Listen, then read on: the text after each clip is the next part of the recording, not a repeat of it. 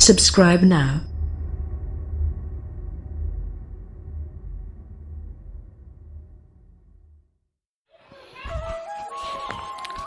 आज का क्लास है क्लास 10वीं के वर्णिका के 4 चैप्टर। जिस चैप्टर का नाम है नगर।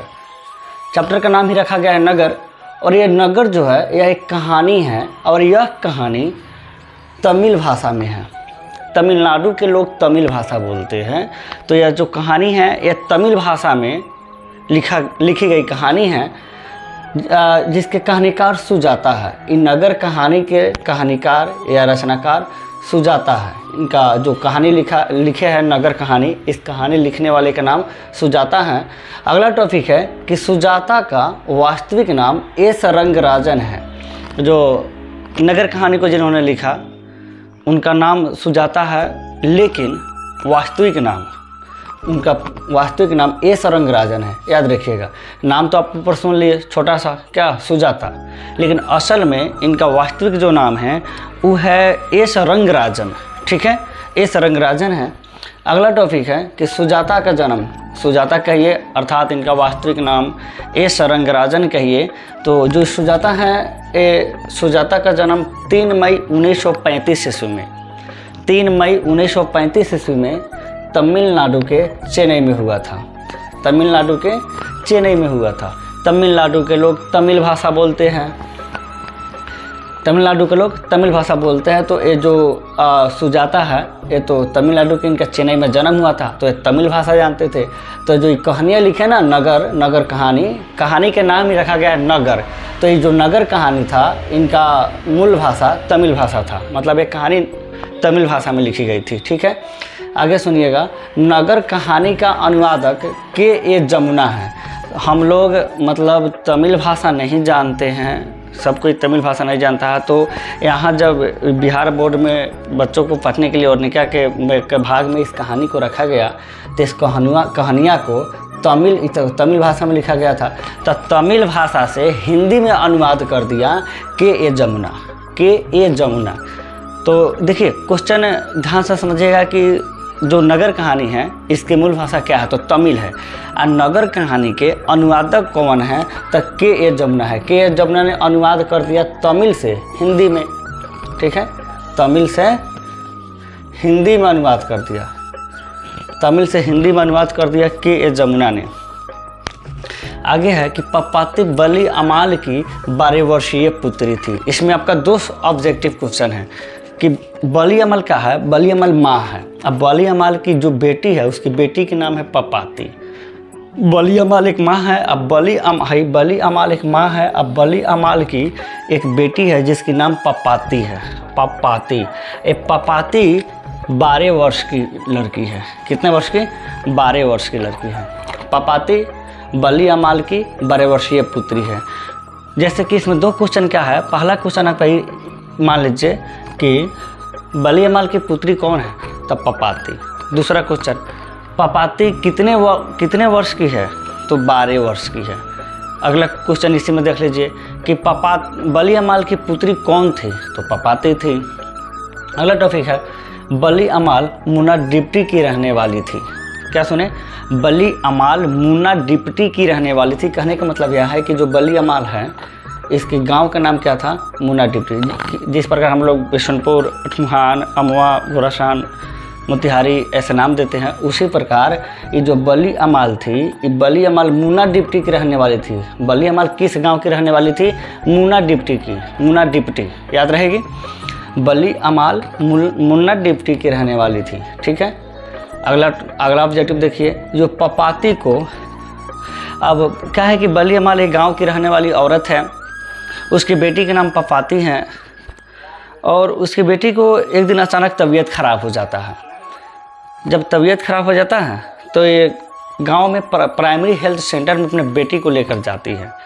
तो पहले दिन जब जाती है तो पहले दिन की बेटी को बुखार था। तो यहीं लिखा गया है कि पपाती को पहले दिन तेज बुखार था। पपाती को जब लेकर गई तो बहुत तेज़ बुखार था। तो प्राइमरी हेल्थ सेंटर ने कहा कि या आप इसके इलाज के लिए शहर के बड़े अस्पताल में जल्दी लेकर भागो, क्योंकि उससे होने वाला नहीं था। तो वहाँ जाती है शहर, मदुरै शहर में इलाज करवाने अपनी बेटिया को। ये मुन्ना डिप्टी की रहने वाली है। पहले तेज़ बुखार लगा कर इनकी बेटी को जब तबीयत खराब हुई तो गाँव के प्राइमरी हेल्थ सेंटर में गई। तो उस दिन इनको बहुत तेज़ बुखार था पपाती को। उसके बाद वो रेफर न कहते हैं तो कर दिया, तो बड़े अस्पताल में चली गई। शहर में, दूसरे शहर में जाती है, उस शहर का नाम है मदुरै। तो देखिए, पपाती को पहले दिन तेज़ बुखार था। पपाती को पहले का दिन डॉक्टर जब चेक किया ना तो कहा कि इसको तो तेज़ बुखार है, तेज़ बुखार था। अगला ऑब्जेक्टिव देखिए, पपाती इलाज के लिए मदुरै शहर जाती है। मदुरै शहर जब गांव के प्राइमरी हेल्थ सेंटर में जाती है तो वहाँ इलाज तो होता है। तो जब वो केस सीरियस हो जाती है तो गांव के प्राइमरी हेल्थ सेंटर वाला कहता है कि इसे लेकर जल्दी बड़े अस्पताल में भागो। तो क्या करती है बली अमाल अपनी बेटी पपातिया को लेकर शहर के बड़का अस्पतालवा में, शहर में जाती है। कौना शहर में? मदुरै शहर में जाती है, ताकि उसमें इलाज हो सके इनकी बेटी का। वहीं लिखा गया है कि पपाती इलाज के लिए मदुरै शहर जाती है। मतलब शहर, किस शहर में जाती है? मदुरै शहर में जाती है इलाज के लिए। अगला टॉपिक, जब समझिएगा कि जब वहाँ जाती हैं शहर में, मदुरै शहर में, तो वहाँ जाने के बाद वहाँ के जब डॉक्टर चेक करता है तो कहता है कि अरे इसे तो मेनिंजाइटिस हुआ है, सीरियस केस है, इसको भर्ती करना होगा। तो अब ध्यान दीजिएगा, पपाती को पहले दिन तेज़ बुखार था और उसके बाद पूछे तो बताइएगा। और एक ऐसा क्वेश्चन रहे कि पपाती को कौन सा रोग था? तो मेनिंजाइटिस था। वहीं लिखा गया है, आप ध्यान देंगे कि पपाती को मेनिंजाइटिस का रोग था। ये पता कब चला? जब मदुरै शहर में गए, मदुरै शहर में गए बेटे के इलाज करवाने के लिए, तब वहाँ बताया गया कि पपाती को मेनिंजाइटिस का रोग था। पपाती को मेनिंजाइटिस का रोग था। और एक और क्वेश्चन था, पपाती को पहले दिन तेज़ बुखार था। ठीक है, अगला क्वेश्चन ऑब्जेक्टिव क्वेश्चन है आपका, देखिएगा कि पपाती तेज़ बुखार के कारण बेहोश पड़ी हुई थी। अब ऑब्जेक्टिव क्वेश्चन पूछा जाता है कि बताइए जो पपाती थी वो बेहोश क्यों पड़ी हुई थी? तो तेज़ बुखार के कारण पपाती बेहोश पड़ी हुई थी। पपाती तेज़ बुखार के कारण बेहोश पड़ी हुई थी। आगे हैं कि बड़े डॉक्टर ने पपाती को अस्पताल में भर्ती करने का आदेश दिया था। जब ये गांव से मदुरै शहर में जाती है अपने बेटे को इलाज करवाने के लिए, तो वहाँ बड़े डॉक्टर के साथ और सारे डॉक्टर आते हैं, गोल गोल घेर के खड़े हो जाते हैं और जब चेक कर लेते हैं तो कहते हैं कि इसको तो मेनिंजाइटिस का रोग हुआ है। बड़े डॉक्टर कहते हैं कि इसे भर्ती करना होगा। तो वही बात लिखी गई है कि बड़े डॉक्टर ने पपाती को अस्पताल में भर्ती करने का आदेश दिया था कि इसे भर्ती करना होगा तब ये ठीक होगी। कौन? पपाती। बड़े डॉक्टर ने पपाती को अस्पताल में भर्ती करने का आदेश दिया था। अगला देखिए, अब मतलब यहीं अगर आपका ऑब्जेक्टिव क्वेश्चन पूछा जाए कि पपाती को अस्पताल में भर्ती करने का आदेश कौन दिया था? तो बड़े डॉक्टर, याद रखिएगा। आगे हैं, बली अमाल की अशिक्षा के कारण पपाती अस्पताल में भर्ती नहीं हो पाई। बली अमाल एक गांव की रहने वाली औरत है। वे हिंदी वगैरह नहीं जानती, पढ़ी लिखी औरत नहीं है। वो वहाँ जाने के बाद उसे कुछ समझ नहीं आता है। लोग कभी 48 नंबर कमरा में दौड़ाते हैं, तो कभी सीट बनवाने के लिए दौड़ाते हैं, कभी यहाँ दौड़ाते हैं, कभी वहाँ दौड़ाते हैं। वे तंग आ जाती है, परेशान आ जाती है और बिना इलाज करवाए अपने बेटी को फिर अपने मुन्ना डिप्टी की ओर लौट आती हैं। तो वहीं कहा जा रहा है कि बली अमाल की अशिक्षा के कारण, मतलब बली अमाल पढ़ी लिखी महिला नहीं थी, अशिक्षित थी, इसी के कारण पपाती अस्पताल में भर्ती नहीं हो पाई, क्योंकि बली अमाल को कुछ समझ नहीं आया कि कहाँ जाए, क्या करवाए, कैसे करे। अगर देखिए, मैं आपको एक क्वेश्चन बतला रहा हूँ कि नगर कहानी जो है इसमें क्या संदेश दिया गया है, तो याद रखिएगा, यह नगर कहानी एक ऐसी कहानी है जिसमें नारियों को शिक्षित होने का आदेश दिया गया है कि भाई शिक्षित हो जाओ। अगर बली अमाल शिक्षित रहती तो उनकी बेटी का इलाज ज़रूर हो जाता। अशिक्षित होने के कारण अपनी बेटी का इलाज नहीं करवा पाए और वापस फिर अपने गांव चले आए। वहीं बड़ी मुश्किल से अंधविश्वास से निकली थी, देवी देवता से हटकर शहर में इलाज कराने गई थी।